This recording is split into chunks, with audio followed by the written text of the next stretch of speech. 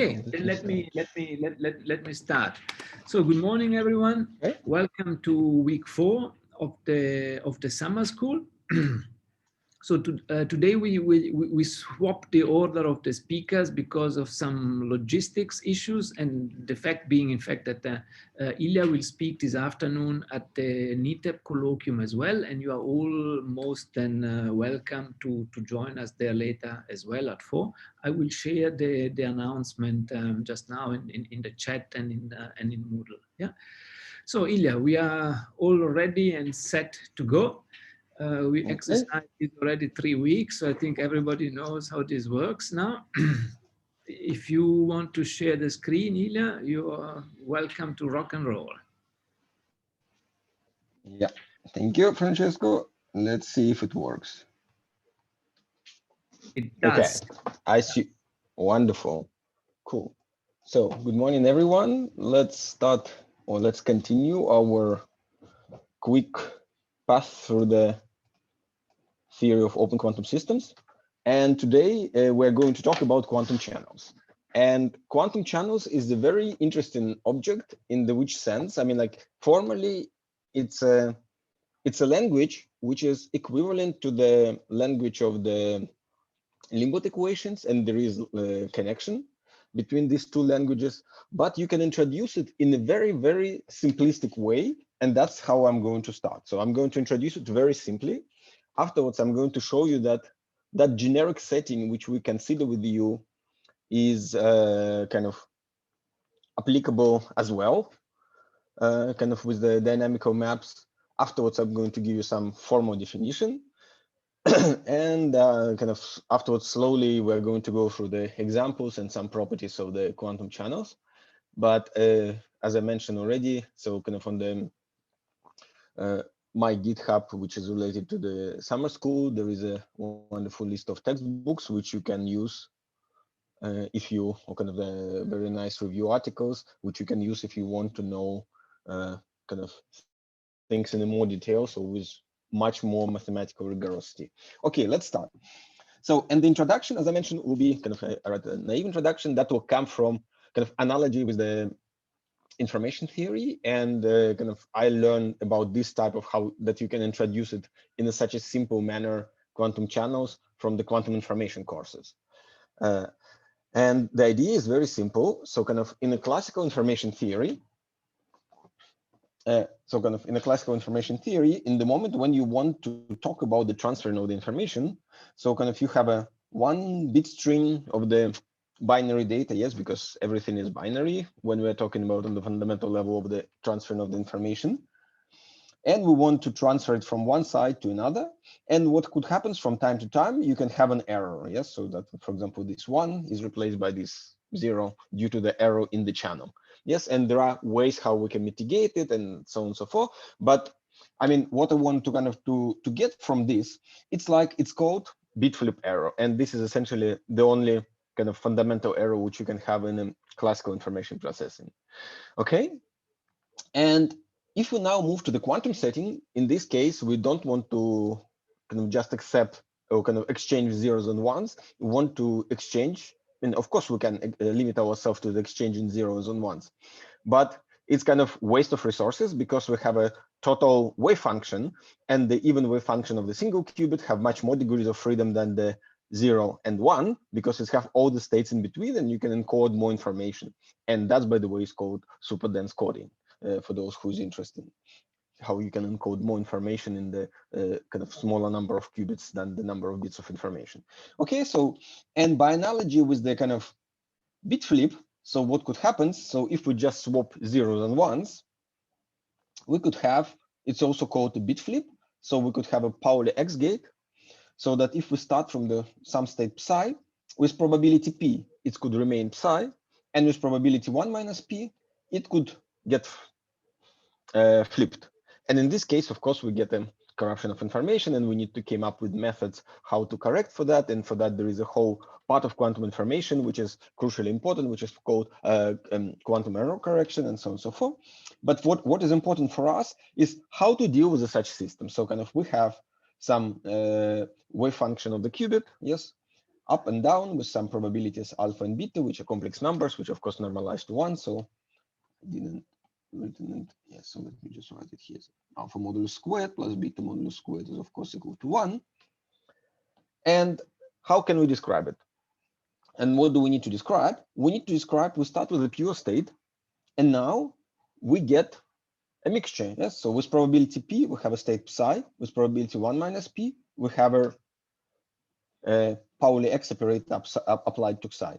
And as we know, what do we need?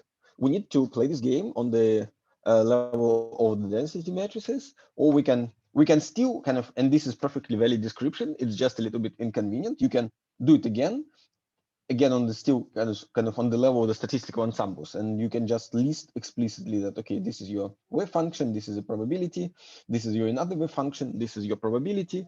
Afterwards you do it again. So you have, if we do kind of the same information exchange channel, so what we'll have for this guy, we'll have p squared on psi, 1 minus p x on psi. So this is two outcomes for this input state. Statistically speaking, I mean, this is for this input state, we have these two outcomes. So we get p on psi, so p on psi, whatever it is, and 1 minus p on x squared on psi, and x squared is identity. And so we can see that we can again write them as there will be only two states in our statistical mixture. Okay. So, but this is a rather inconvenient way of doing things. And in the previous lectures and from the standard quantum mechanics, we know that we can use much better language, which is called density matrices or statistical operators. Yeah. So, and statistical operator is just an object which is looking like this, where this is a probability of having particular state psi. On our language, what does it mean for the kind of for our situation that we're going to have with probability p projector psi psi, and with probability 1 minus p projector x psi psi x. Yeah. Okay. Or we can write it like this. And the next step is, of course, we can say, okay, we see psi here, and psi here. And we could see on this line, like just as the kind of formal expression, where psi is just a placeholder for something. Yes, so kind of we get an operation over the projector psi, or kind of in this case, we can think that, okay, we get an operation over the anything which stands here. What does it do? It's apply nothing with probability p, and 1 minus p, it's apply xx. Yeah. So, and there is even more kind of interesting or kind of nice way of doing it. We can also look at this expression, kind of stay on this expression for some time and think, okay, so let's introduce the matrix M0, which is a square root of P on identity, and M1, which is square root of 1 minus P on X. And in that case, this action could be written like something like this: M0 psi M0, M1 psi M1. And I add here daggers, which are not obvious in this case, but as we're going to see later, we need to have daggers on this side, where the dagger, of course, is standing for Hermitian conjugation. Okay, and in this case, we can say, okay, we can now define the super operation or super operator or operation over the density matrices, which is looking like this. Yes, but when we substitute M0 and M1, of course, we are going to get absolutely the same expression. So, and this is a very, very simple examples of the very basic object, which is called quantum channel. And there is one more interesting property which we are going to see, which is going to be a general property for the quantum channel, at least for trace preserving quantum channel, that if we take M0 dagger, M1 dagger, and put it together, yes, so we get square root of P squared on identity plus 1 minus P squared on X squared, and the Pauli matrix squared is identity. So what we get identity. And I just wrote index 2 to underscore that it's two-dimensional identity. Okay, so, and so we get kind of this kind of in quantum information processing, this channel will be standardly called bit flip channel. And what you can have also kind of another type of errors, or very simple example could have, because in first example, I mean, in this example, what we have that when you can randomly flipping of the spins, you swap zeros and ones. But what is also important in quantum mechanics, as you know, the phase is important.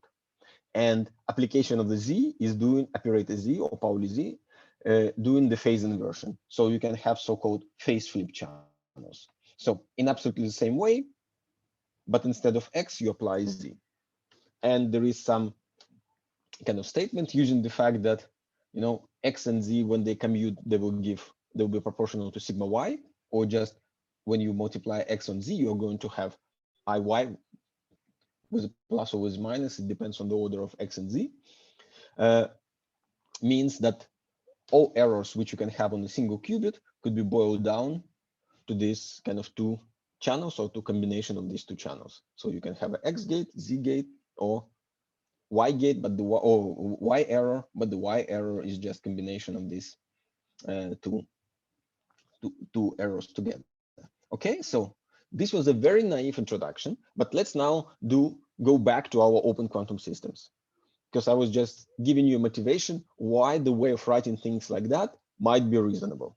Let me give you a little bit more formal motivation why it could be reasonable. And I'm going again to draw the diagram, which we already seen, yes, so that we can go from state of the system in bath by unitary evolution. Afterwards, we trace over the bath, and we end up with some super operator or dynamical map acting on our initial state of the system only, producing the state of the system at this time moment t.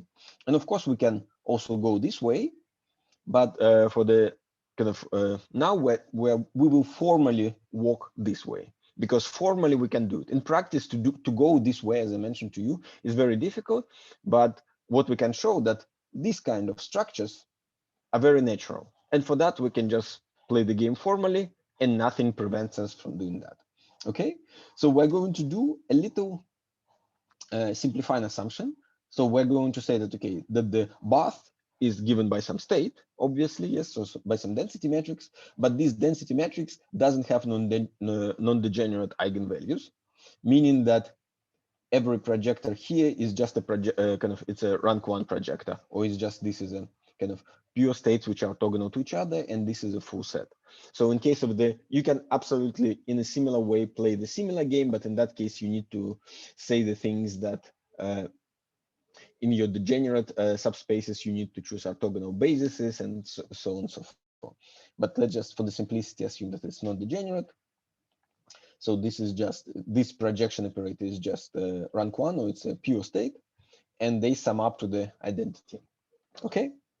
And for example, the thermal bath, which we've seen in the microscopic derivation during the last lecture, is fully satisfying this requirement. But in that case, this state would be the product of all photonic states, all possible Fock states. And this will be not one index alpha, but it will be in fact multi-index, which is going to go through the all possible photonic states. Okay, so and now let's formally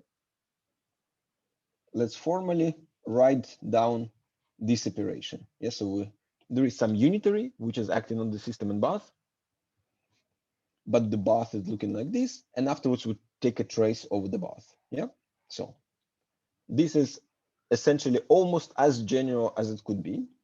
Okay, so and what does it mean, take a trace over the bath? It means that we need to calculate a trace over the bath degrees of freedom, meaning a diagonal sum. And as I mentioned to you by our assumption, this is a full set. So kind of this is a representation of identity in the bath. So it means that we can take a trace exactly by the same operators. And now we just need to do an epsilon of rewriting. Okay, so what do we need to do? We need to look here and see that these vectors, they are acting on the bath degrees of freedom, so they're not acting on the system. And so we formally can push them on this side. Yes, and for the symmetry, because this is eigenvalues, yes, we can, and they all have a meaning of the probabilities, so they're all positive. We can put the square root of lambda I here and square root of lambda I here. So, and we can write this like this. And what you need to keep in mind here, that this is a sum matrix in the finite dimensional case. In infinite dimensional case, it's also matrix, but infinite dimensional matrix, which is a little bit more difficult to imagine. But you can always keep in mind finite dimensional case, which is getting larger and larger. Okay, so what we'll have a sum matrix, which we can call W alpha beta, which is acting from this side on rho s. And if you look on this expression, you can convince yourself that this is a W alpha beta dagger. Okay, so now suddenly we get the form, which is very close to something like this, but you have more terms. And in the case of infinitely dimensional bath, you have infinitely many terms. Okay, so what have we got by doing this kind of a little free writing game? We get that this kind of dynamical map can be represented in the following form, where this, of course, these matrices are time dependent, and to kind of produce them in a general case is a rather difficult task. But now let's see on the other condition, which I was having there. And the condition was this condition, which I mentioned to you, is related to trace preservation. We're going to see it kind of in details just now. Okay, so let's calculate sum like this over the indices alpha and beta. So we're just going to use expressions from here. So this is our W alpha beta dagger. This is W alpha beta. Okay, so this guy is a number. We can push him here. What we will get here in this case, lambda beta, yes? And nothing here depends on the beta, so that we can push the sum over betas inside. And when we have done it, what we have got here, we've got an identity here, yes, because this is just resolution of identity or completeness relation. Yeah. And afterwards we get U dagger U. U is a unitary operator. Again, by definition of the unitary operator, what have we got? We get U dagger U is equal to identity. The only thing which I need to mention to you that this will be identity because U dagger U is defined on the system and bath. So that would be identity on the system and bath. So this is the identity on the bath. So I probably should mention it. And this is identity on the system and bath. Okay. So now when we're tracing out again, so when we're calculating sum over, so when by the definition of the action of the identity, we get lambda alpha acting on this identity, we can just push it through. We get, because the vectors are orthogonal to each other and orthonormal, we get one. We get one here, and we get here identity, and formally because that identity, kind of this will be only identity on the system only. To be more formal. Sorry, I think somebody have unmuted himself. Okay, thank you.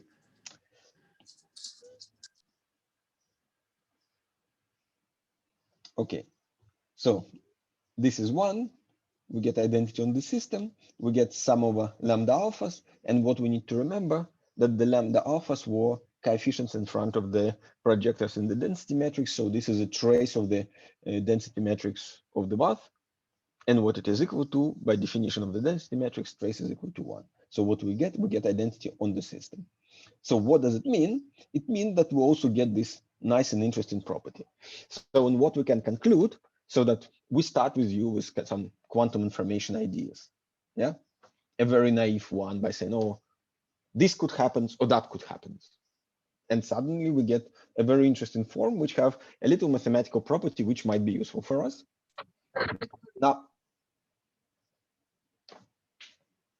Now we get kind of a little bit more formal with our dynamical maps and our ways of constructing the transformation which is acting on the system only.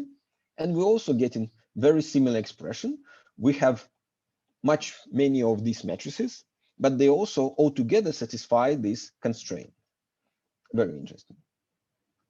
So, and in this case, we're also getting, yes, kind of it's written together, we're getting dynamical map where we have sum over gamma, where the gamma is just double index alpha beta. Yes, which such that we have this condition, and as we're going to see, this is very important condition.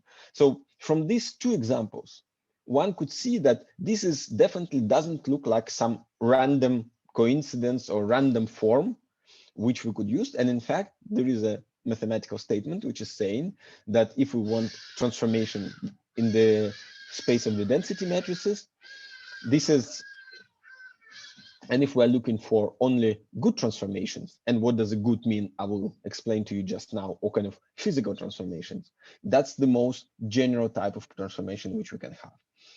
And this transformation is called quantum channel, or sometimes it's called quantum operation. Okay, so, and in general, it could be written like this, yes, so that we start from the density matrix, we apply to its quantum operation, we get another density matrix, and this is a sum over some matrices mk, such that sum over the mk dag mk is equal to identity. This is called Krauss form. These mk's are called Krauss operators. And there is even kind of formal definition, which I wrote here on the side. It's turned, sorry. And quantum channel is a linear, completely positive trace preserving map. And I'm going to explain to you what that means just now and why it's important. And there are some properties of this thing which are obvious. Linearity is clear from here, yes? Because if we have a form like this, linearity we have. So if we take a convex combination of the density matrices, so we have a density matrix rho 1, density matrix rho 2, here's coefficient A, here's coefficient 1 minus A, yeah? So that's together that these objects have also the trace of 1. Yes, so if this rho 1 and rho 2 have a trace of 1, so we're going to get, just because this is just a multiplication by matrices and the matrix multiplication is a linear operation, we're going to get linearity. Yes, and of course, A here should be a number between 0 and 1. Otherwise, again, we're not going to get trace of equal to 1. Okay, so it's preserved the hermeticity of the density matrix, and this could be also seen. So we can just write down this channel, take a Hermitian conjugation from this operation, and I just remind you one property of the Hermitian conjugation, which was on the previous lecture, but just in case. So that ABCD Hermitian conjugate is the C dagger, B dagger, and A dagger. And you can convince yourself you're going to get absolutely the same expression, and using the fact that the density matrix is self-adjoint or Hermitian, so it will lead us to again to the same expression. And the last condition is interesting because it's called completely positive trace preserving. And what does it mean? So trace preservation is clear. Why do we need a trace preservation? Because we want the trace on this side and the trace on this side is equal be the same, and equal in this case equal to 1. Why do we want it? Because the trace is the sum of the diagonal elements of the density matrices, and the entries on the diagonal elements have a meaning of probabilities. So we want that if we start from the sum distribution of probabilities, at least that the probabilities doesn't, I mean, they can change between each other, but the fact that they're summing up to 1 doesn't change unless it's by design. Unless, because you can define completely positive but not trace preserving channels if you have, for example, processes of creation and annihilation particles, but usually it's a little bit more kind of, it's beyond the scope of the lecture. But what we can generally assume that if we want to describe, for example, open system with the spins where the spin could be up and down, there is no way how we can lose probabilities, yes, because the spin is either up or either down, because there is no kind of third option when you measure it. Yeah, so there is no way the probability could escape, because the conservation of probability in this case means that the particle remain. Yes, it doesn't matter does it have a spin up or spin down, the particle is there. Okay, and having the kind of property of the conservation of the trace also allows you to have a kind of, first of all, easy probability interpretation, and secondly, it allows you better control on the conserving quantities. If you're going to deal with the channels which are not trace preserving, you need to have some other ways to verify that you're not completely doing something stupid. Okay, so, and the trace preservation for these kind of structures is straightforward. So we just take a trace of rho prime, we have a trace of this expression. Yes, so kind of, and we use a cyclic property of the trace. We can pull this guy on this side, we get something like this. And what do we have here? Because rho doesn't depend on k, we can calculate this sum independently, and this is by normalization condition is equal to identity. So what does it mean? That we get a trace of rho. So we get that the trace of rho prime is equal to trace of rho. Great. So which means that this is a trace preservation. What about complete positivity? And this is a very interesting notion. And there are very simple and standard example, which I'm going to give you, which is going to explain why we need not just positivity, but complete positivity. So what's positivity?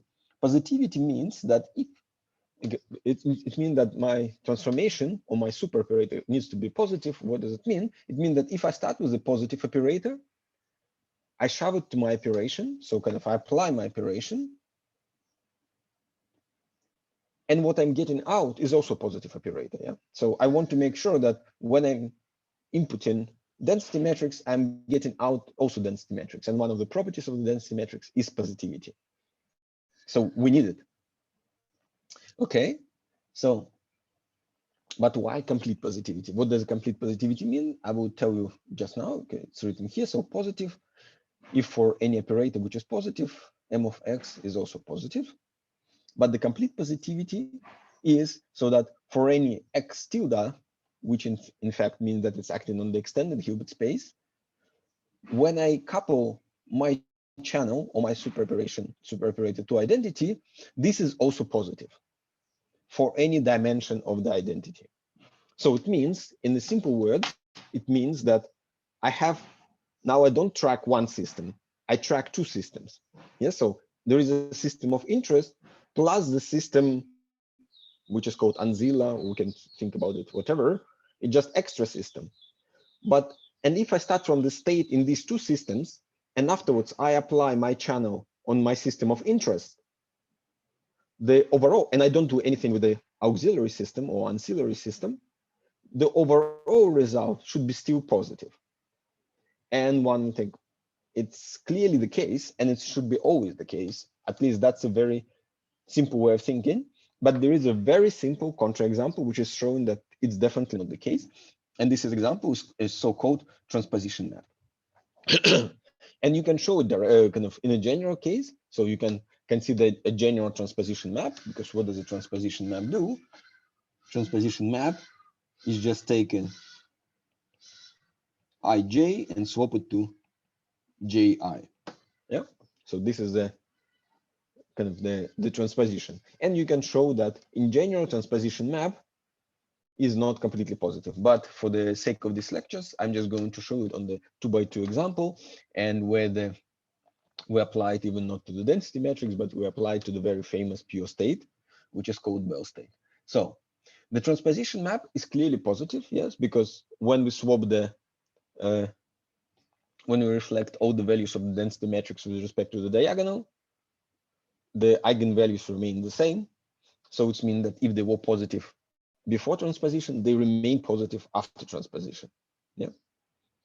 And if you kind of do not kind of agree with me, think about in a second about a very simple thing. The determinant doesn't really matter. Are you counting it by columns or by rows? Yeah.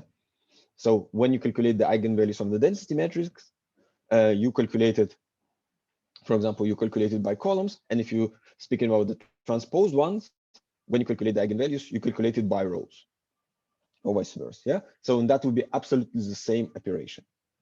Okay. So clearly transposition is positive map. Okay. So, but now let's consider, because we're in 2x2 case, let's consider two-dimensional identity on transposition on state like this, which is called Bell state, or it's so-called highly entangled state, one of the four famous Bell states. And what will happen when we apply identity on transposition to this Bell state? We're going to swap only these two inputs. So we're going to get the matrix which is looking like this. Okay?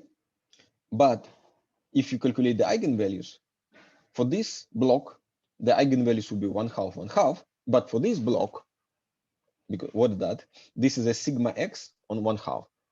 Eigenvalues of sigma x are plus minus 1. So the eigenvalues of this block will be plus minus 1/2. So we're going to get 4 eigenvalues, 3 1/2 and 1 minus 1/2, which is not good because it means that identity on the transposition map give us not a density matrix. This is not what we want. And that is why that, and kind of the generic proof of this statement is looking exactly like that. So you start with the You start with the identity, or kind of you start with the identity on transposition map, you apply it to some state, and I think yes, the state is also the state which is used is entangled state, and what you can show that the action is equal to the swap operator, and the swap operator as sigma x, which is a kind of something like a swap operator for the two-dimensional case. You can show that in general it's also going to do a swap in the n-dimensional case, and it's have the two eigenvalues plus minus 1, and that will lead to the fact that to the proof that in the n-dimensional case, identity on the trace is not is breaking the positivity of the object which you're applying it to. Okay, so what I'm going to do here, and because it's just very simple, so that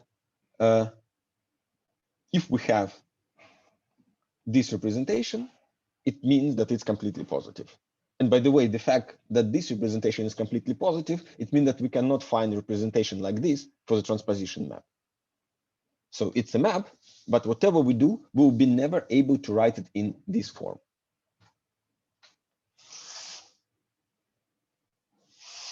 Okay, so for some positive operator S, what we need to show that identity tensor map on this S is greater or equal to 0. And to show it, what we're going to use the statement about the positivity, and the positivity in general case could be defined like this. So if we have some operator S which is positive, it means that for any vector which is acting on the Hilbert space, the expectation value like this or inner product like this is always positive for all vectors.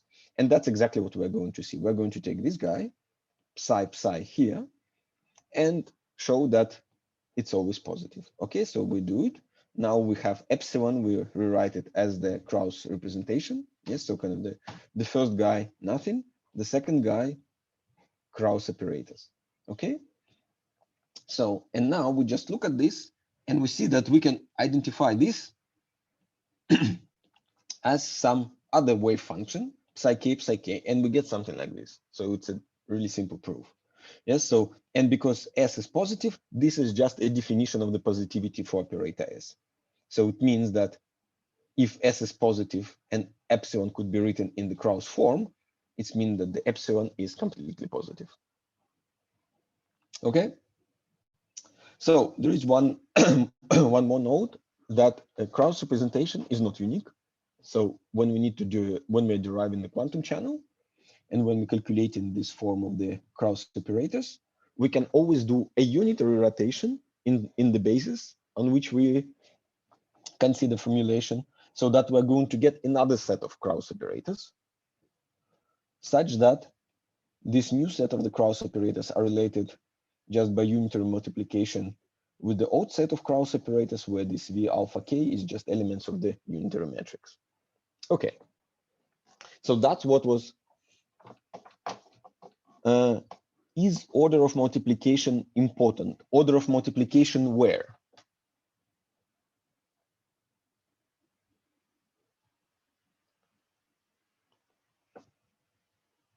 Order of multiplication here.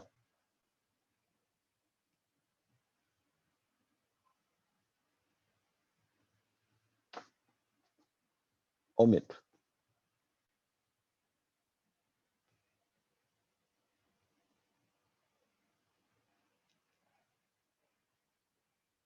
Or you're talking about the order of multiplication here?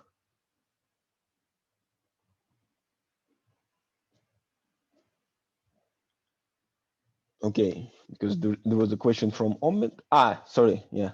Sorry, tensor product with identity. Is the order of multiplication important? Here, the order of multiplication, you mean that first this on this and afterwards on that? No, this is not important.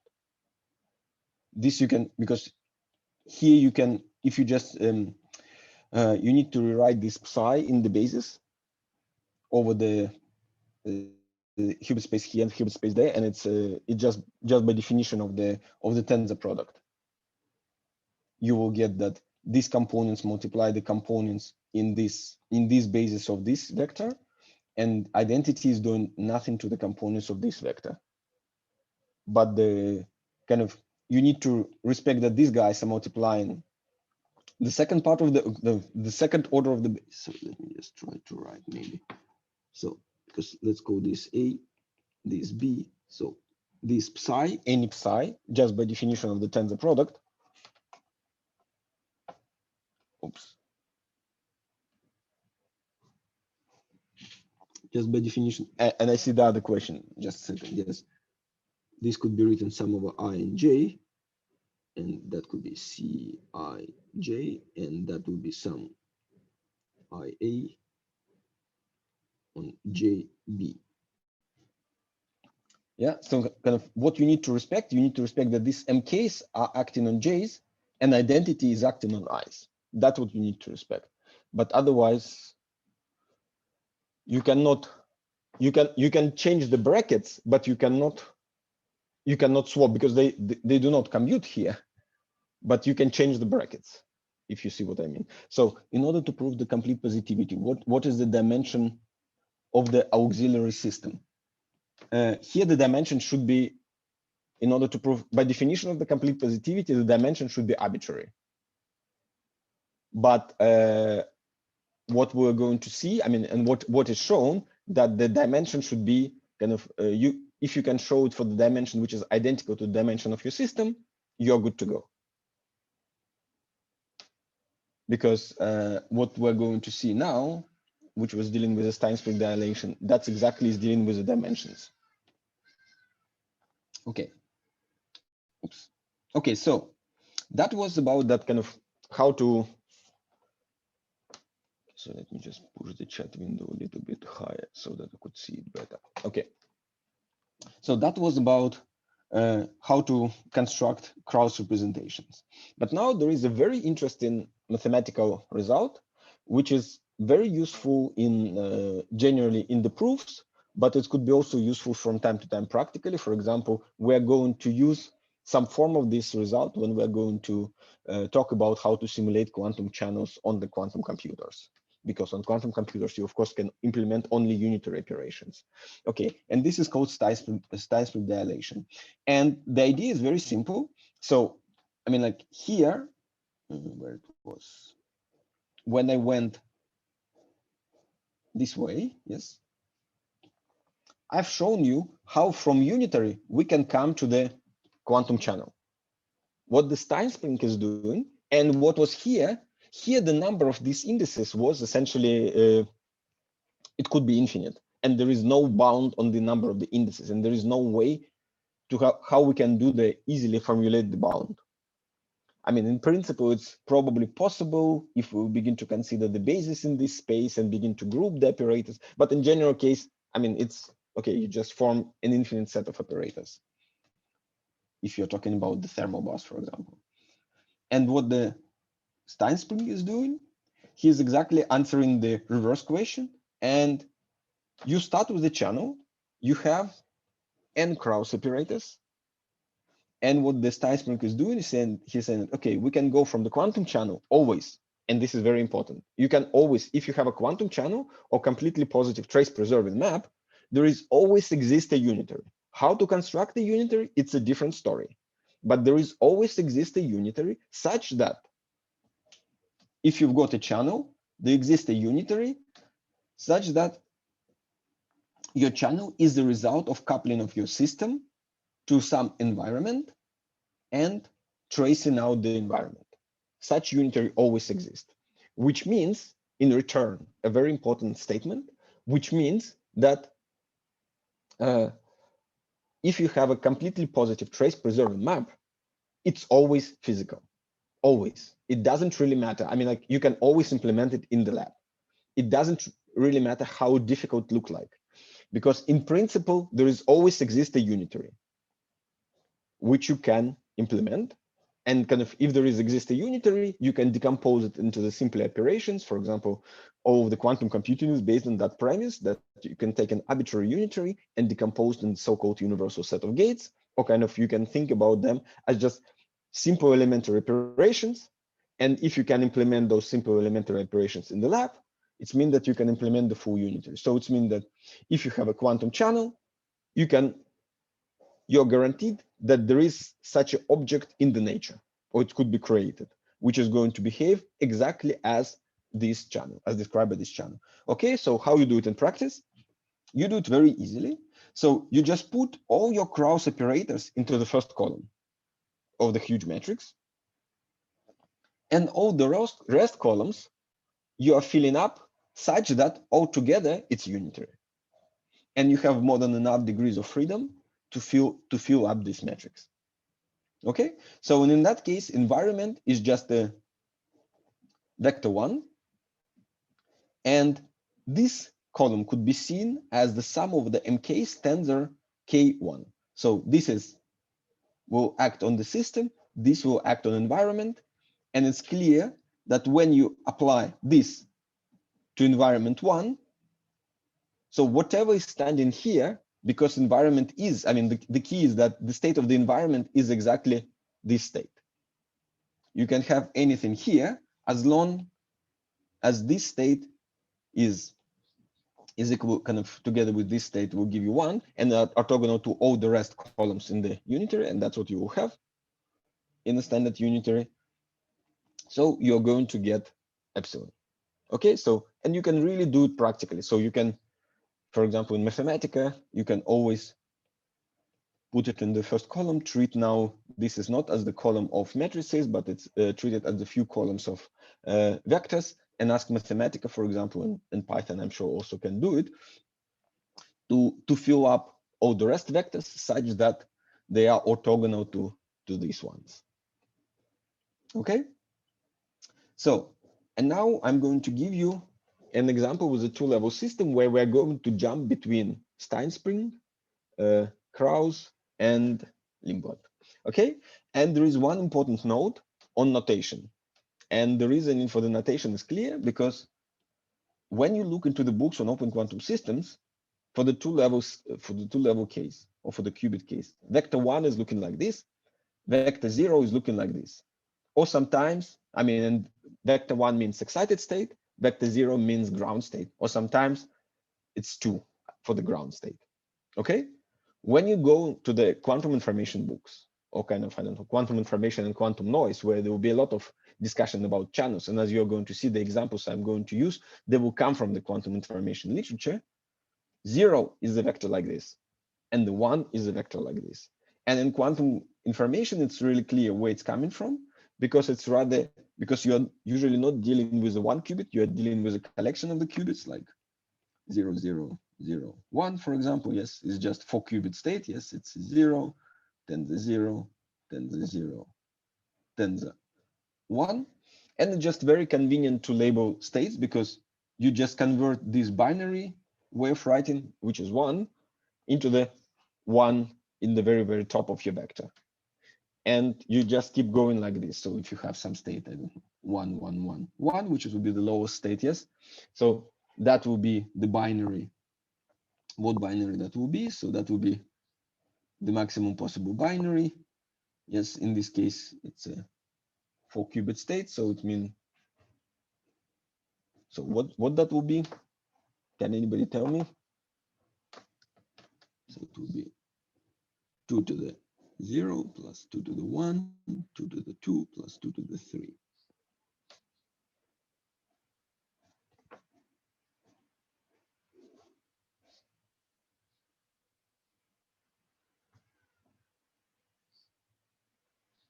Come on, guys. 8 plus 4 plus 2 plus 1. Yeah, 15, correct. So that would be 15. And if you just give a look at your, so because this guy will be the state 1, so it will be 0, 1, 0, zeros. And this will be 0, 0, and 1 will be the last one. And it starts with the 4 zeros, which is 1, 0, 0 till the end. Okay, so but that's why in quantum information literature, for them, 0 is a state up and the 1 is a state down. It's just much more easy to deal with multi-qubit systems. Okay, so this is just a small thing to keep in mind when if you jump between open quantum literature and quantum information literature. Okay, so now we're going to talk about channel, which is called amplitude dumping. And I wrote here QIP because I used the example from the QIP literature. So it's use the QIP notation. So 0 is up, 1 is down. So, and we can introduce two Krauss maps, M0 and Krauss separators, M0 and M1, where the lambda is a number between 0 and 1.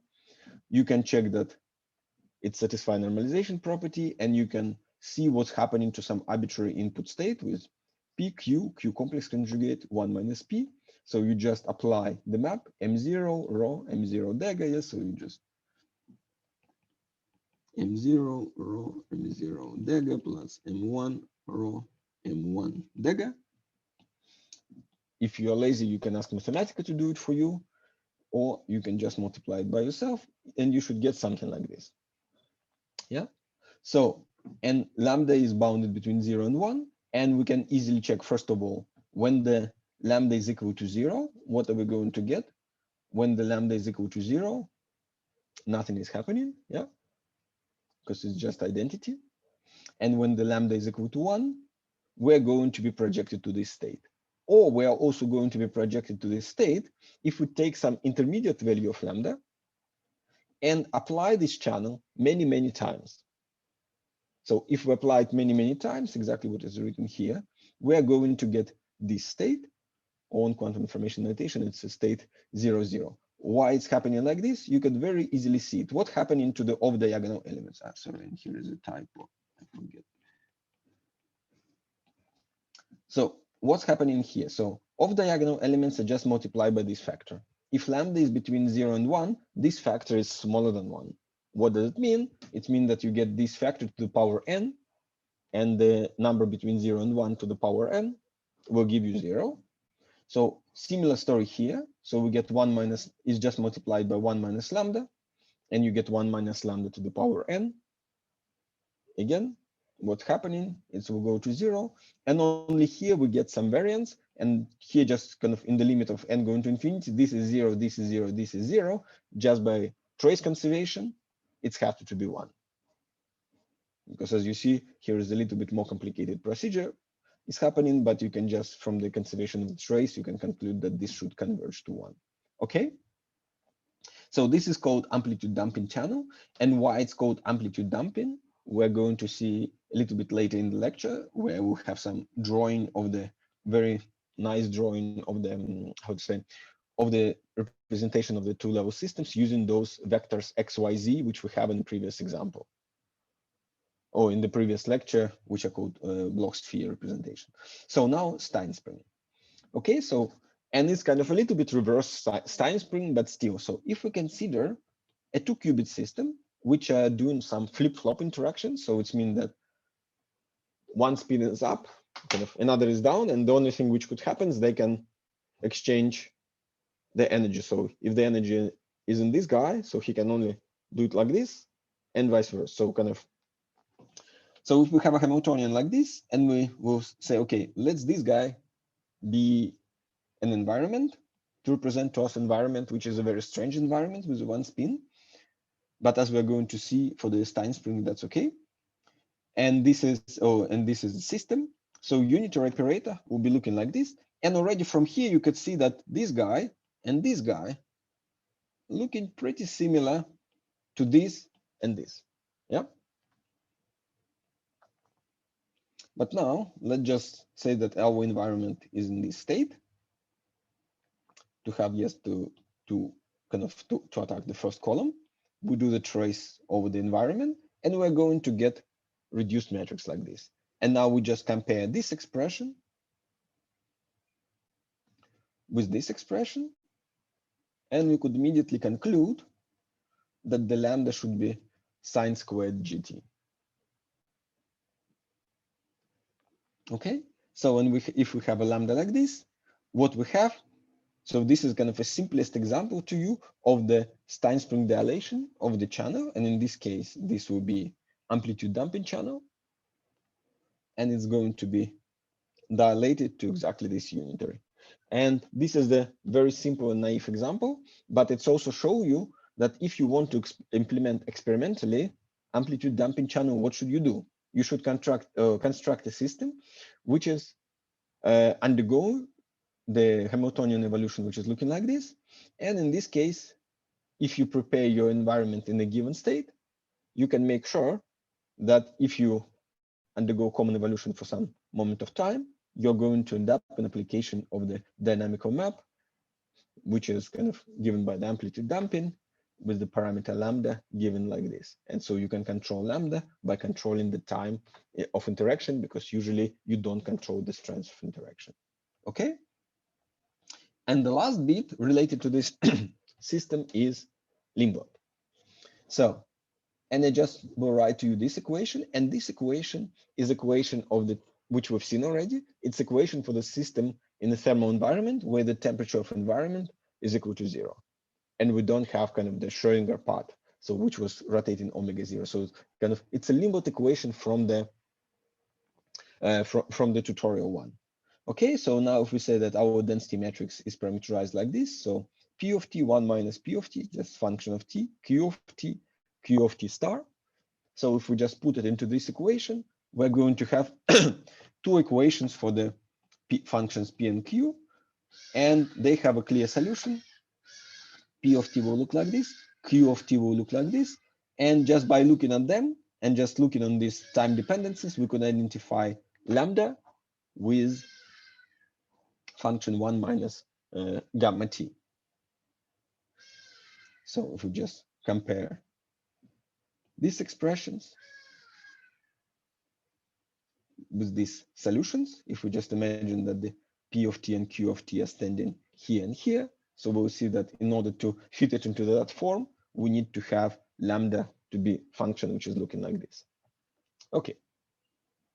So, and so that was the example to you how we can take a given channel and we can do this very easily, this game of from channel we go to Steinspring, or we go down to kind of to Limbo, and that Limbo will generate that Limbo equation is generating to us kind of channel.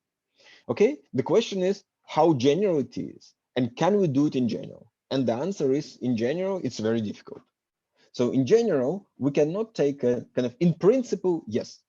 So in principle, if we have a Limbo equation, it's Limbo equation is given to you kind of, it's a generator of the semigroup. So exponential of the generator of the semigroup is a dynamical map, and any dynamical map can be represented in a Krauss representation. Boom.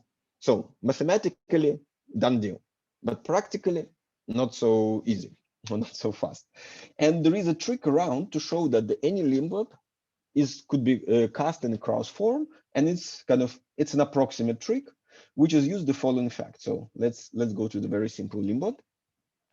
So we have a Limbo equation, and here I just absorb for the simplicity the coefficients into the jumping terms.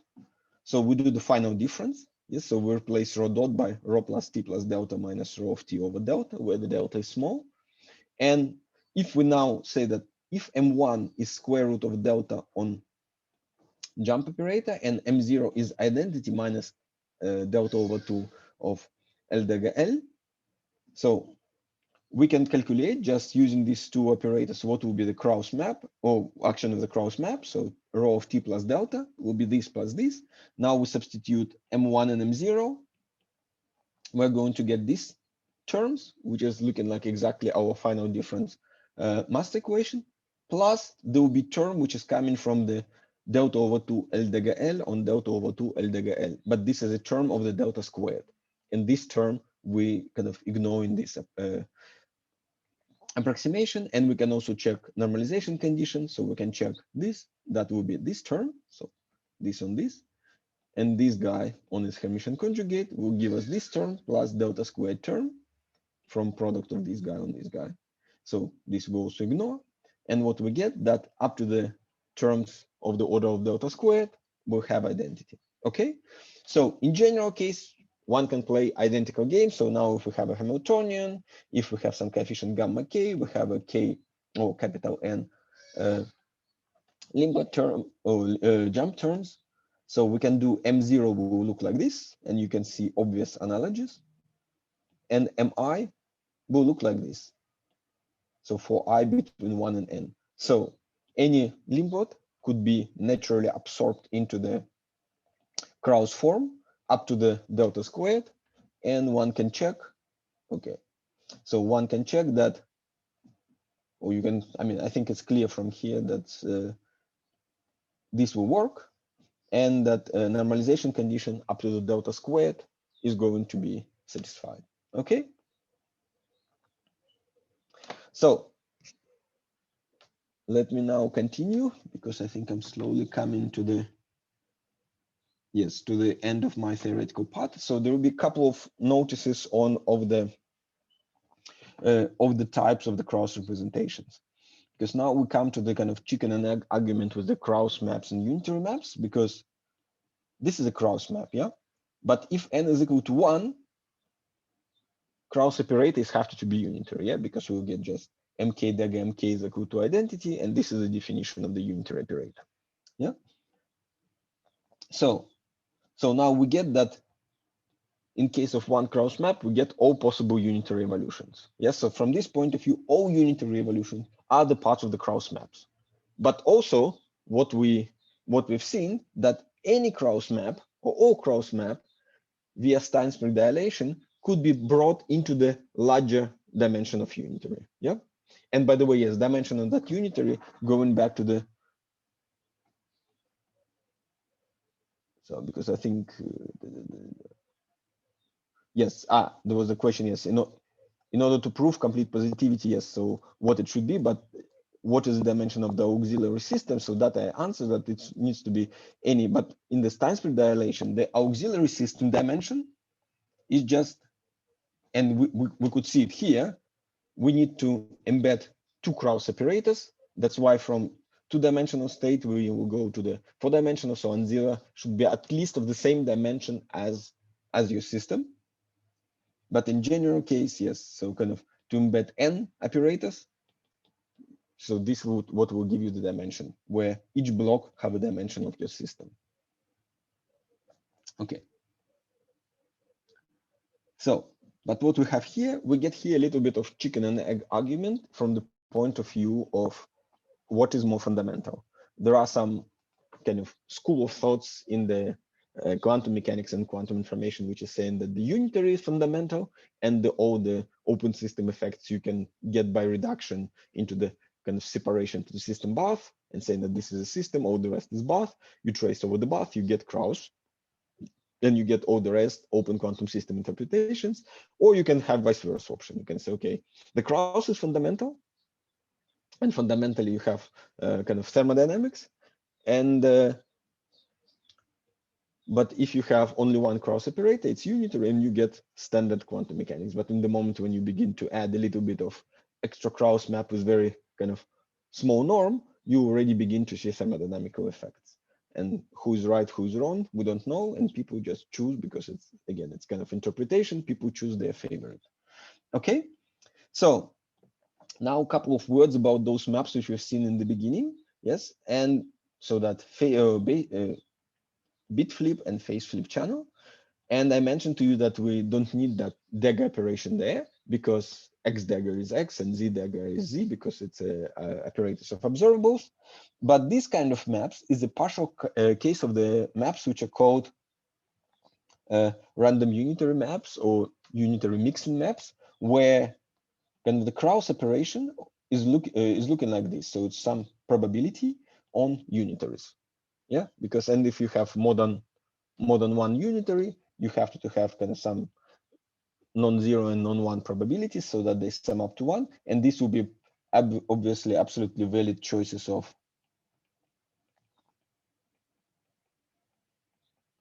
Krauss operators, which is square root of pk on uk. Yeah, and they will kind of, if you take not if you just have not just a one unitary evolution, but if you have, for example, with probability p, you have one unitary evolution, with probability 1 minus p, you have another unitary evolution.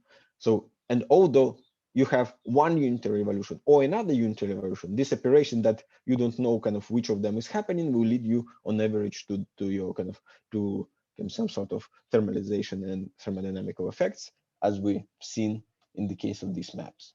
Okay, so there is one more interesting bit which I need to talk to you, which is originally looking like a very abstract thing, and which is related to the duality between the dynamical maps, so Krauss maps, and states in the higher dimensional space, which is called Choy-Mukovki isomorphism.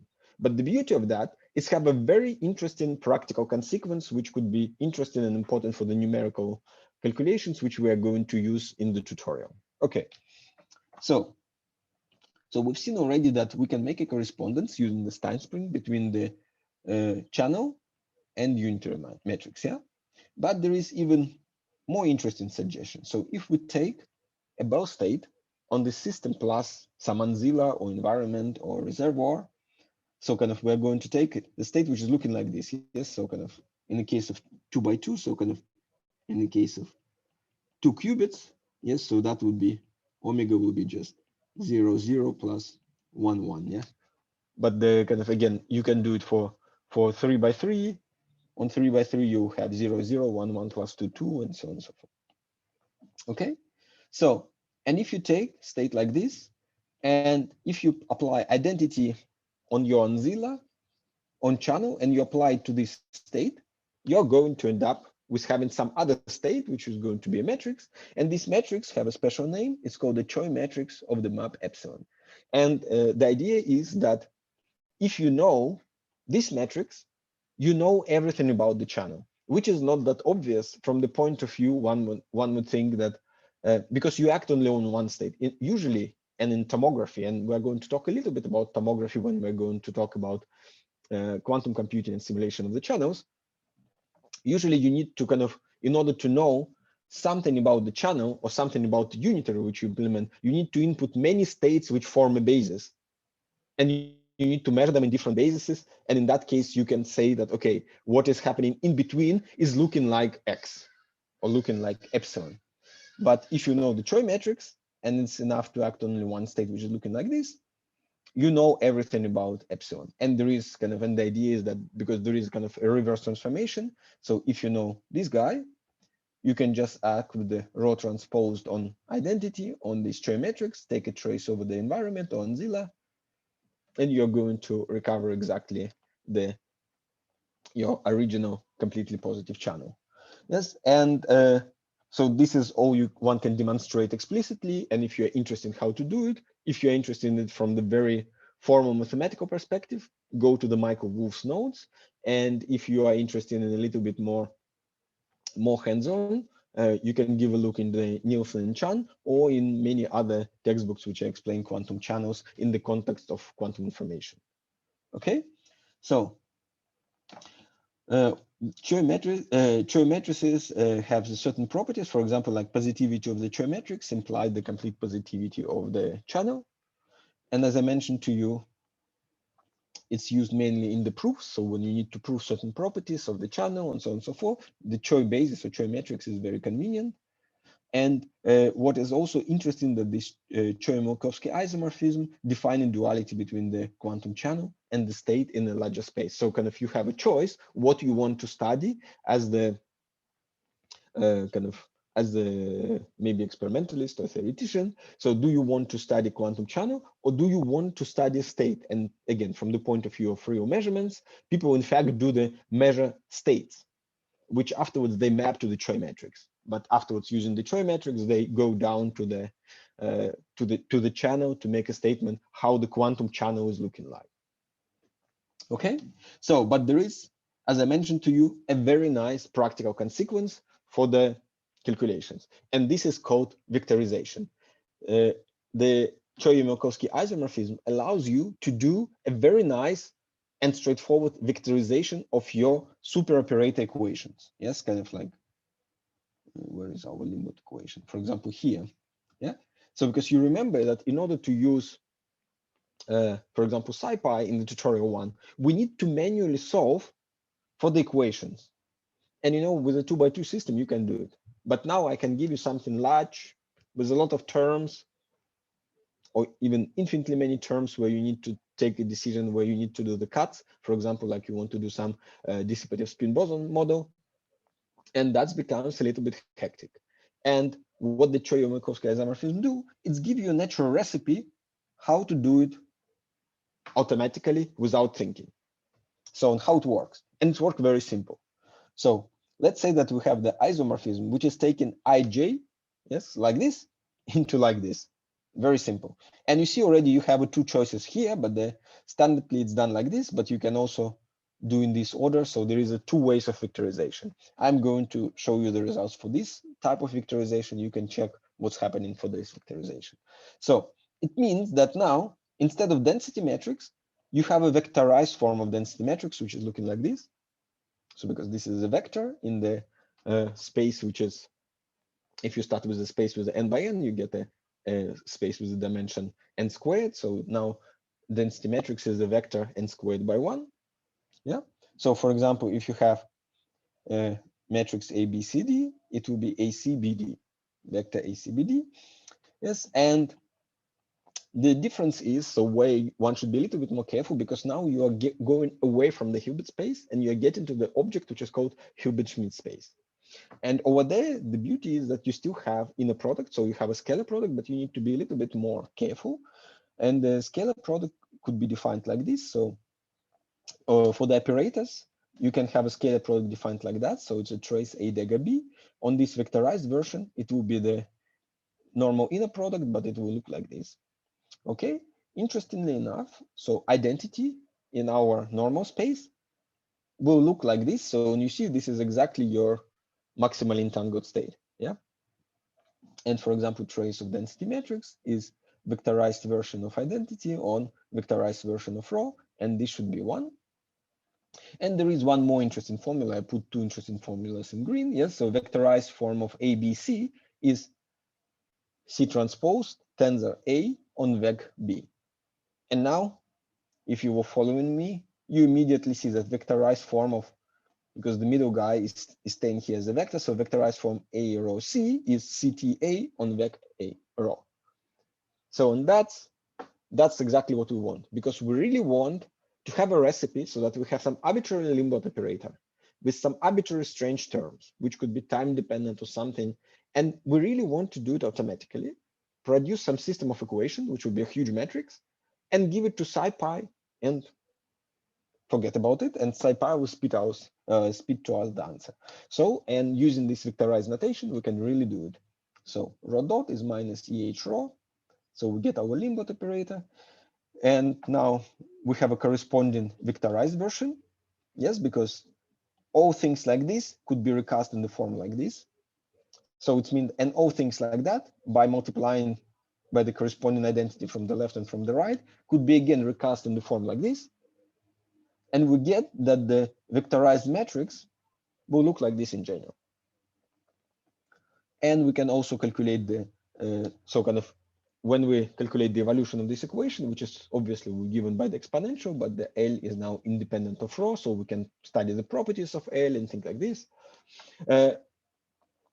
We can afterwards calculate some observables of interest by using, again, this fact that what is the expectation value is a trace of A rho, and if A is observable, so it's Hermitian, we're going to get something like this. Okay, so, and now we're coming slowly to an end, because what I wanted to tell you is I want to give you some example of the typical channels, and I'm going to tell you a couple of words about the block ball, and afterwards I'm going to show you show those block balls in the code. Okay, so notion of the block ball is coming from the that parameterization which I showed you last time. Yes, so 1/2 identity R on sigma, where the R is expectation value of the corresponding Pauli matrices. And what we have that if we use this notation, we get such representation for 2 by 2 density matrix, where the vector R is just vector with components x, y, z. And the interesting thing is, if your state is a pure state, absolute value of vector is 1. If your state is a mixed state, the absolute value of vector is smaller than 1. So when it's have a very nice representation, and here again, I'm going to use the QRP notations. So north pole is 0, south pole is 1. So all the pure states live on the surface. All the mixed states live inside of the ball. So the kind of equatorial plane along the one axis is eigenvalues of x operator, plus and minus, and perpendicular to it is the within the equatorial plane is eigenvalues of the sigma y operator, R and L. Okay. So, and now I'm going to go through some examples of the what happening to the, if you start with the pure state and afterwards apply a channel, what does it do to this ball of the radius 1? And I shamelessly stole the pictures from the paper by Vinayak Jagadish and Francesco Piccioni, which is called Invitation to the Quantum Channels. But hopefully they will have nothing against that, because first of all, I cite them in our literature, and secondly, I cite them here as well. So what's happening with the amplitude damping? So if we apply amplitude damping, what's happening to the ball? It shrinks to the state 0. And in limit, when the lambda is equal to 1, it will shrink to the single point. But that was happening to the all possible volumes of state. They just, under the action of this channel, they shrink from the full surface, and everywhere inside of the ball, they shrink to this smaller ball.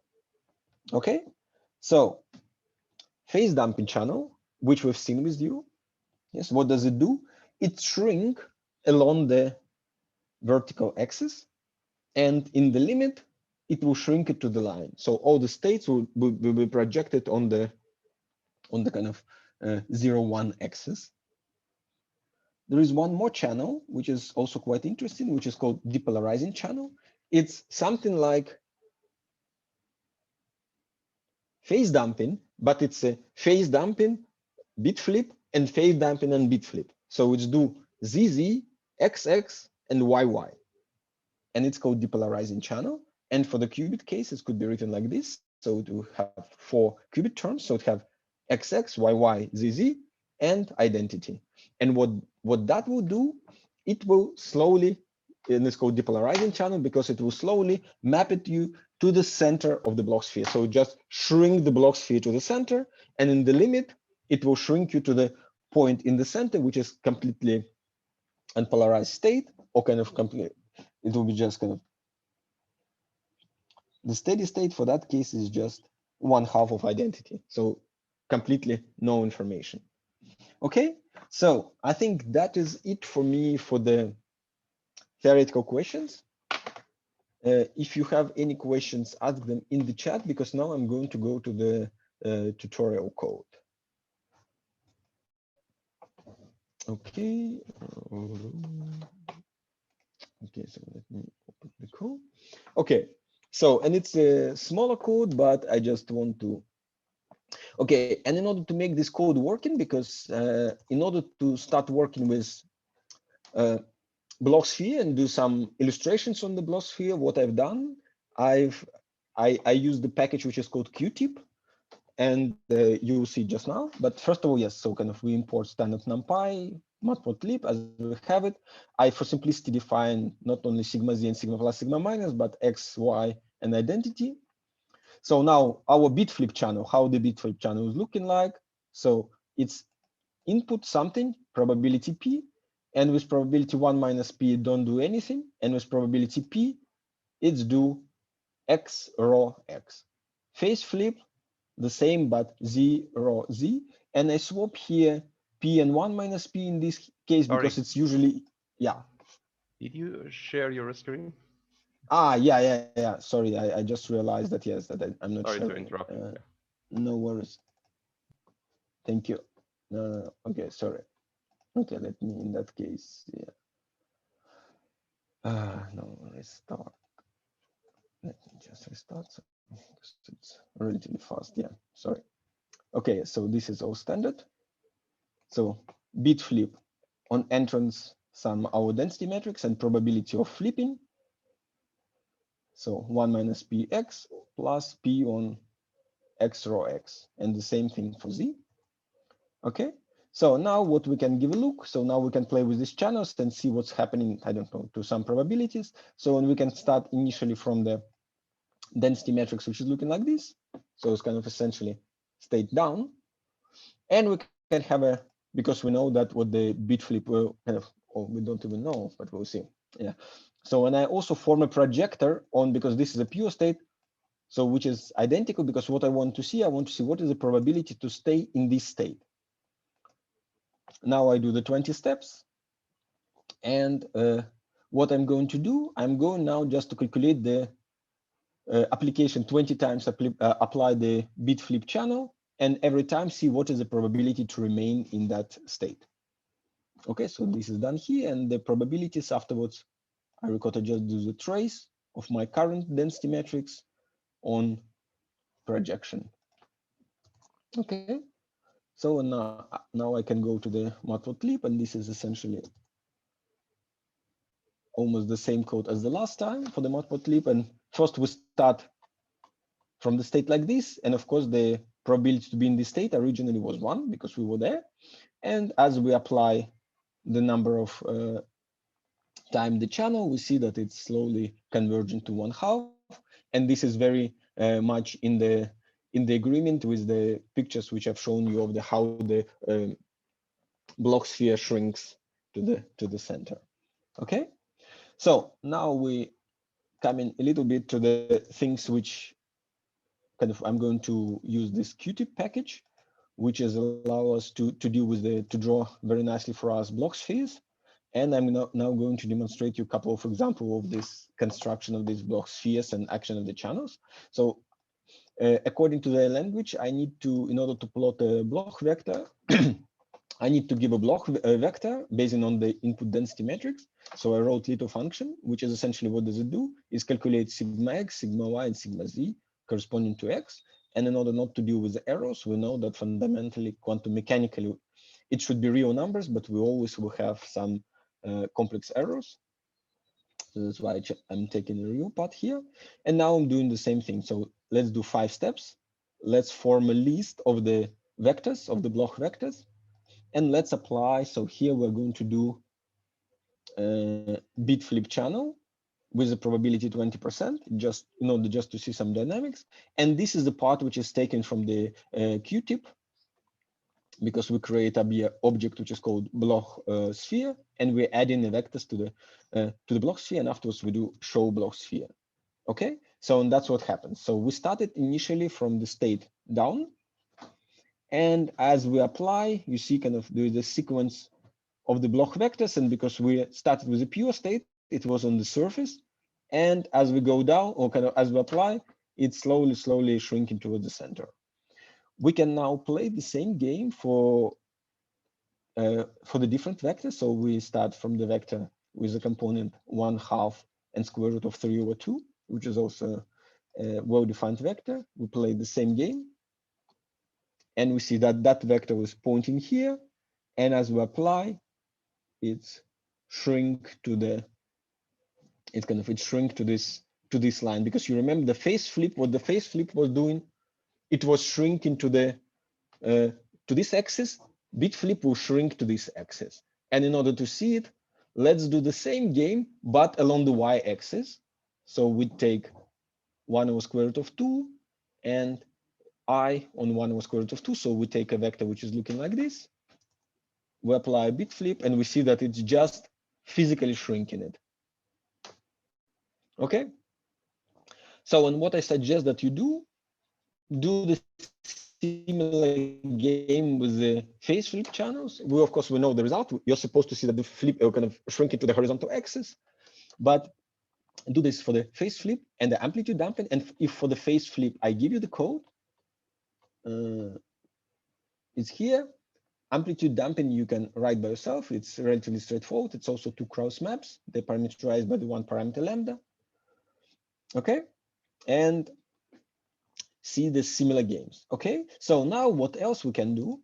Now we can use the trick of vectorization in automatic way, and for the solving on the Limbo equations, and afterwards we can also plot the solutions on the block sphere. And as I shown you in the notes, so if we have this master equation which we dealt already, so its corresponding vectorized form using this Choy-Mukovki isomorphism will look like this. And now what I need to do, and this matrix, as we see, is completely independent of rho, which is very useful. So I just code it as a matrix.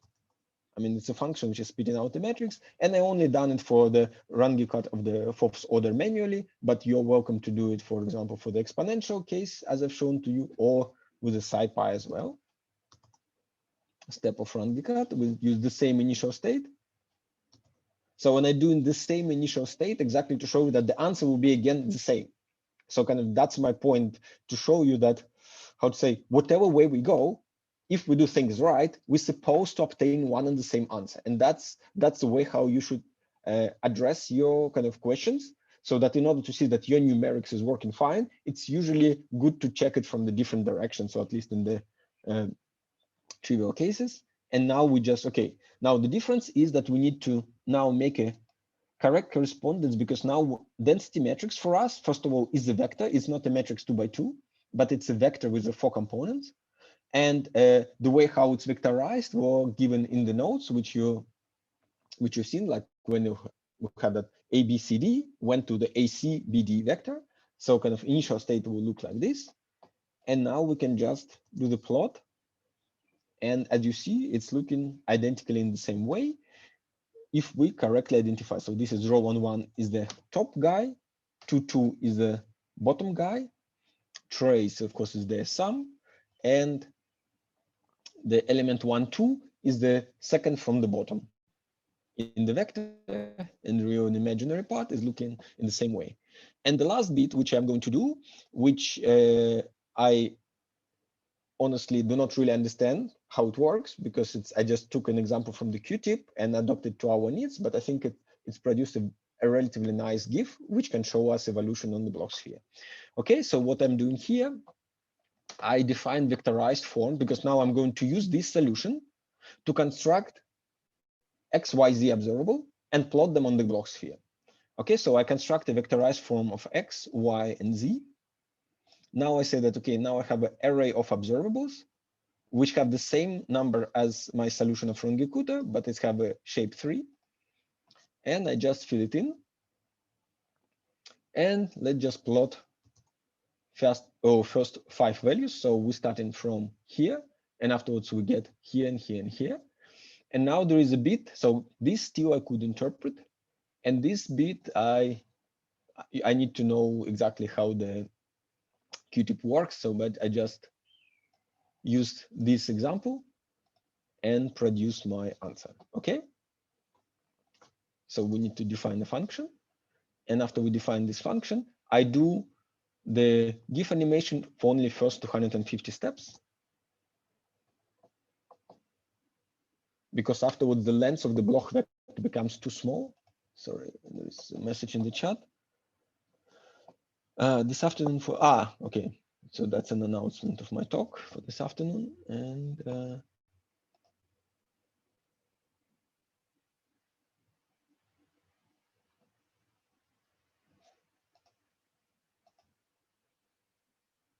And now we will get the GIF animation, which I'm going to show you of how the block vector is evolving under the action. So what does this mean for the block vector over this equation? Okay, now it's done. And now I just go here. And do you see my list?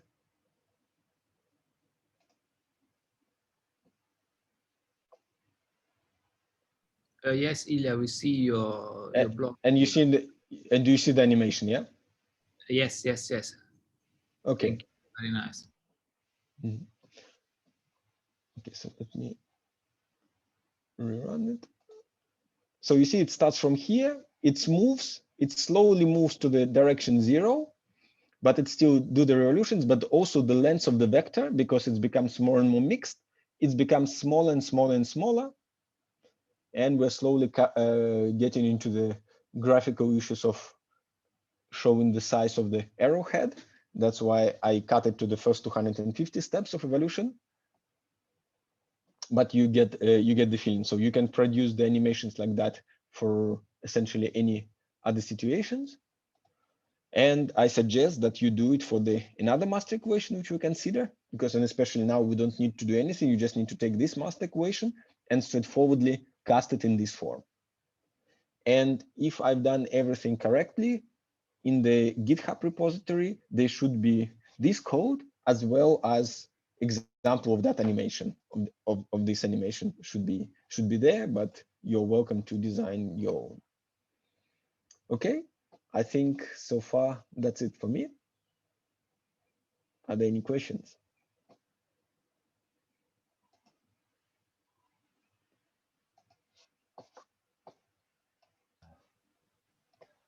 Sorry, can I ask my question? Yeah. My question is somehow about the last session.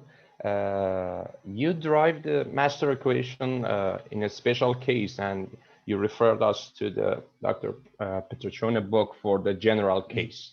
And you know, for macroscopic derivation, the point is we start from the von Neumann equation. And if I'm wrong, please correct me.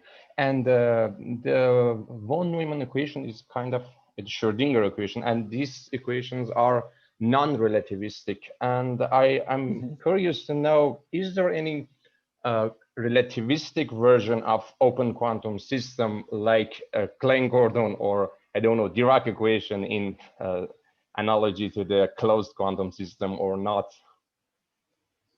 I think the famous author of the book which you're referring to, who is in the chat, is much more qualified to answer that question, but the answer is partially yes.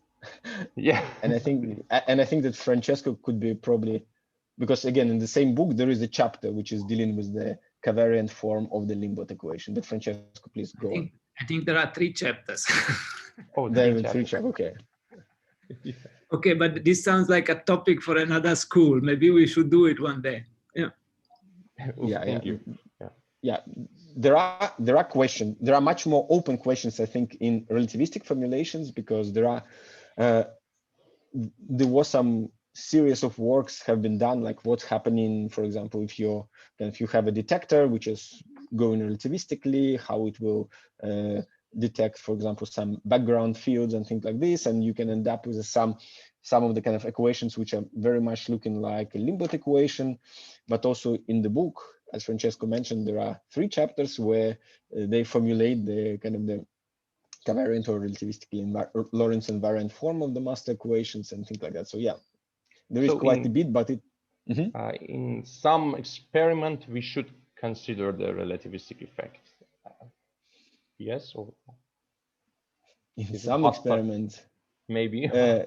Now it's usually more difficult, because you see, like, what you need to be able to put together, because like in the relativistic experiments you're dealing usually with scattering. Yes, so kind of you don't, I think you need to do it very thoughtfully, kind of to design an experiments where you could see kind of open quantum effects on, to the best of my knowledge, on kind of relativistic systems.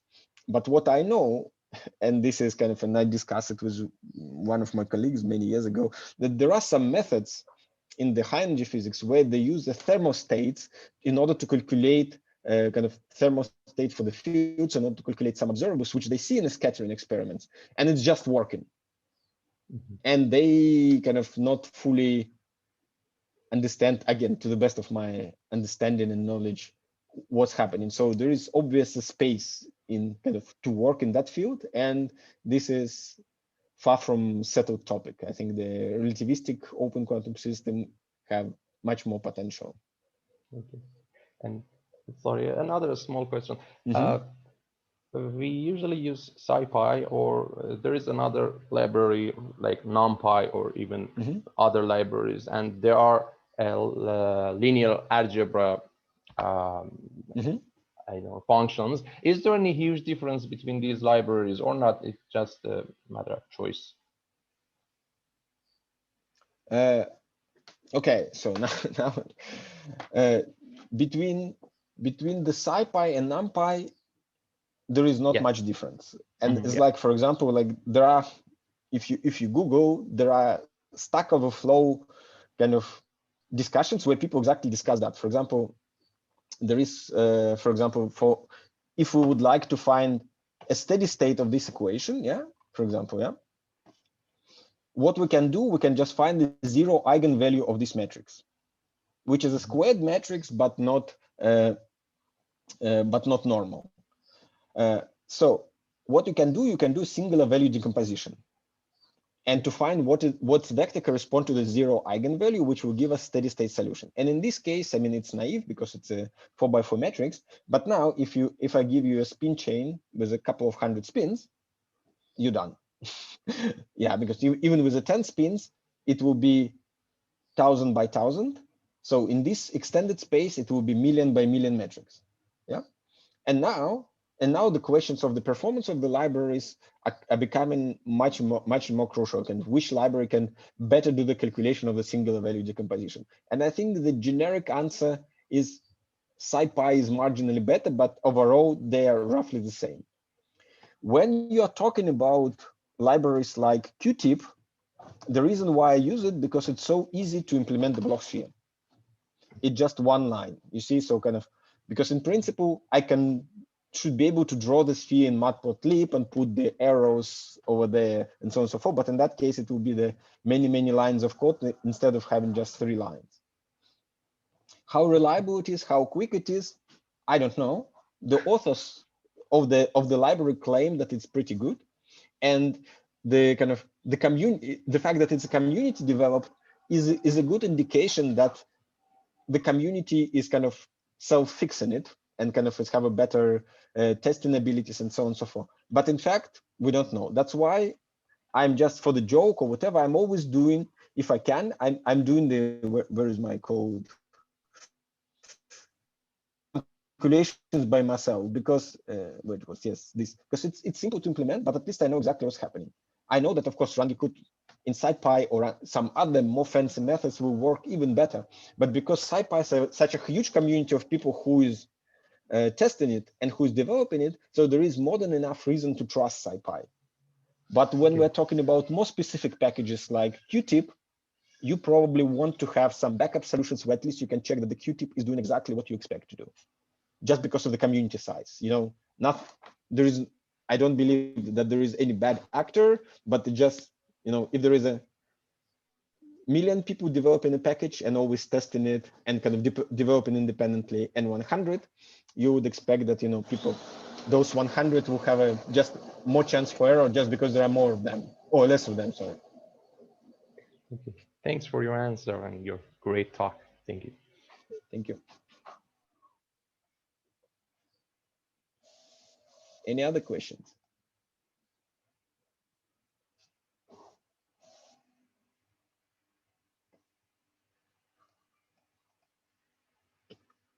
There is a question in the chat. So sorry. It seems not a related question, but I wonder, in case of I do the code to use quantum computers, should I consider all these theories in my coding? I mean, the calculations could be made on normal supercomputer.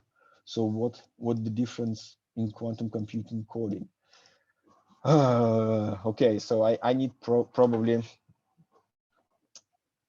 Okay, and please share screen. What does it? Sorry. Khaled, are you here? Can you please unmute yourself and explain your question? Can you hear me? Yes. I mean, you can do all this calculation using the normal supercomputer. In quantum, what is the difference? Should I do my coding same, or I need different calculations? What is the advantage of quantum computer in this case for do this kind of more complexity, or what? Okay, so all supercomputers have its natural limits, which is, as we know, recently was in the famous paper by Google, which demonstrated so-called quantum advantage.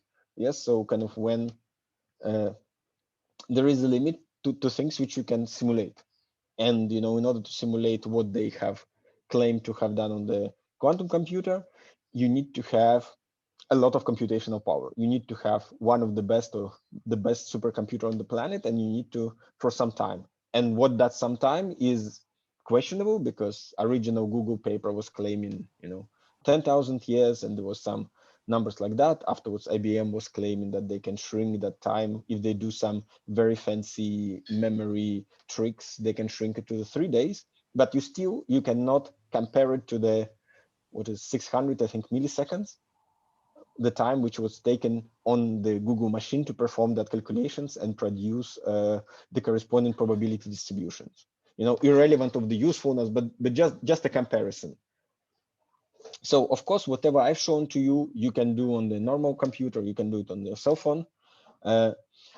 When you scale up, you might need to go to the supercomputer, but in the end, there will be a limit when no supercomputer is possible, which can do the calculations. And the people are working very, very hard to invent the tricks, how you can still use supercomputer and push this boundary when there is no way, but we have to use quantum computers.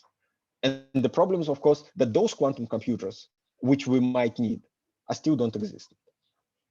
So the best what we can do now on the quantum computers is, from the very, and here I'm maybe making a little bit controversial statement, but from the point of view really useful algorithms, everything what the quantum computers can do now, we can do on the supercomputers. You mean the same calculation I need everything? Sorry? It's the same calculations I did here for my computation. Same I do for if I wanted to use quantum computer.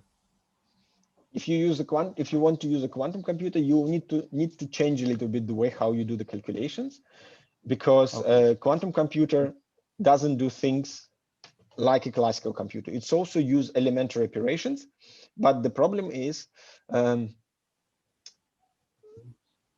the quantum computing, we are still on the level when you are talking on the something like an assembly language for the classical computers. So you're doing very simplistic instructions, and all your quantum algorithms are decomposed on that level. There is even below level, something like a machine code level, but which is usually done automatically by the quantum computer providers, which is called, for example, for the supercomputers, that will be a pulse level. But you will need to do things slightly different, and how slightly different, but the mathematics will be very similar, because we still want to, for example, if we want to simulate on the quantum computer quantum channel, that quantum channel will still need to be written in the Krauss form. But afterwards, we need to find out how can we implement that Krauss form using which unitary, and afterwards we need to find out how to embed that unitary into the gate set which is available on this particular quantum computer, and how can we embed it efficiently. If you want to solve some big master equation on the quantum computer, there is a next question, is like, which set of instructions, again, you should choose or you should optimize for. There is a procedure which I don't mention, which is called lead trotterization, or there is a Suzuki lead trotter formula, which allows you to decompose evolution for the long time into the small chunks. And afterwards, each small chunks, you can, because it will be given by exponential, you can approximate with some linear expansion or higher order expansion. And that is easily implementable, usable using the quantum circuit. Maybe I will tell a few words when I will talk about I think I will speak about that on Wednesday, how to implement the quantum channels and some other open quantum systems on the quantum computer. And I might talk a little bit about that, but it's a field of itself, how to do what is called digital quantum simulations on the quantum computers, and how to estimate and do the resource calculations. Okay, thank you.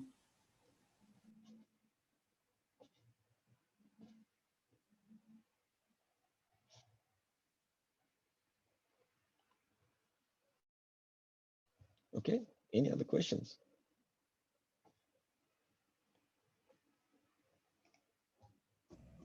I have a question. Yeah. Sorry, Prof. Thank you for the lecture.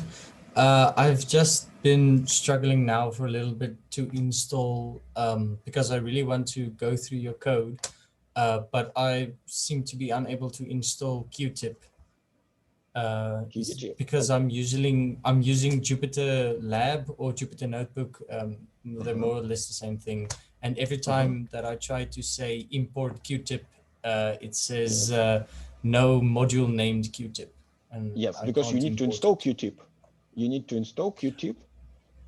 Okay. And they should be if to be honest, there is a story behind the story, because to install Qtip shouldn't be that difficult, because you just go to you just Google install Qtip, and probably you can pip it.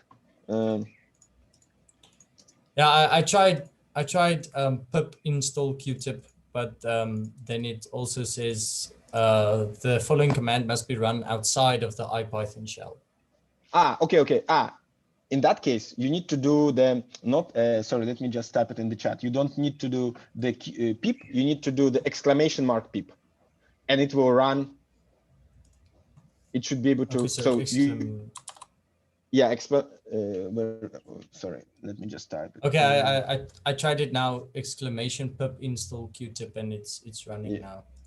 Yeah, but I mean, in order to see all those things with the block sphere or with the GIF, you will need to fight a little bit with installation, some additional modules, that I guarantee you. But that's, again, okay. you do it, you get an error, you Google, you read a few, you don't believe to the first answer, you just read a little bit, because sometimes people write in unreliable things on the internet, as you know.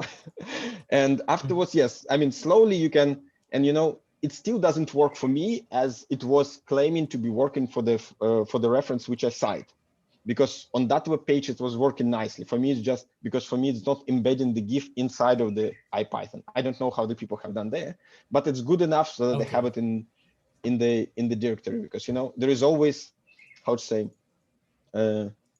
time with reward ratio, because I could probably spend a few days trying to figure it out, but the only thing which I will achieve that I will have a little bit nicer representation for the IPython. If I have these few days, I would do it. If I don't, I'm happy to have it as a separate file. This is always thing also to keep in mind. And another thing, sorry, just a very quick comment. If you want to make an experiment and you're not sure about your machine, you can also always go to the Google Colab. I think Morten shared on his lectures how to go to the Google Colab, and the Google Colabs are usually much more better set environments. So a lot of weird packages and strange packages will work much better in the Colab. And you don't mind destroying Colab, because they will just chunk it and you can create a new environment. And you might need to reinstall your operating system, so just always keep in mind. Thank you so much, Prof. Okay, you're welcome. Okay, is this the right moment to stop for this morning?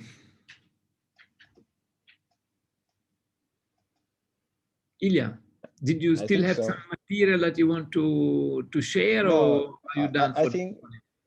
I think I'm done for today, yes, because I think we're already 12 minutes over time, and I think we should wrap up. Next time, I think I will swap a little bit order. Next time, I will talk about quantum computers and quantum channels, because that's more related. And in the last on Friday, I will speak about stochastic stuff.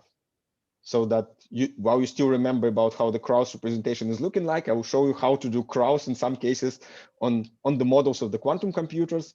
And maybe I'll try to run it on the quantum computer so that at least we have the data, because you can run it. It's not miracle. It's doable, but it just takes time, because it's take time to submit a job, and afterwards it's take time to wait until the job is executed. Not because it's executed very fast, but it just take a time to wait in the queue. And we could not catch the moment when there is no queue, for example. But otherwise, it's more than doable. Okay, Ilya, then thank you very much.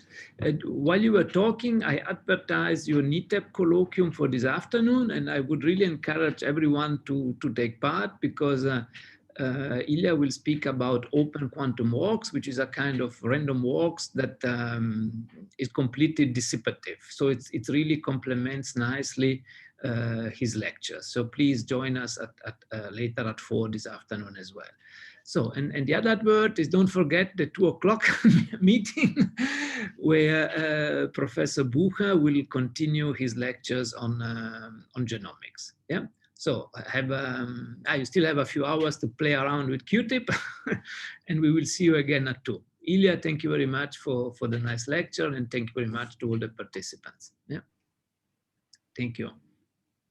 Thank you. Bye. Thank you very much. Bye-bye.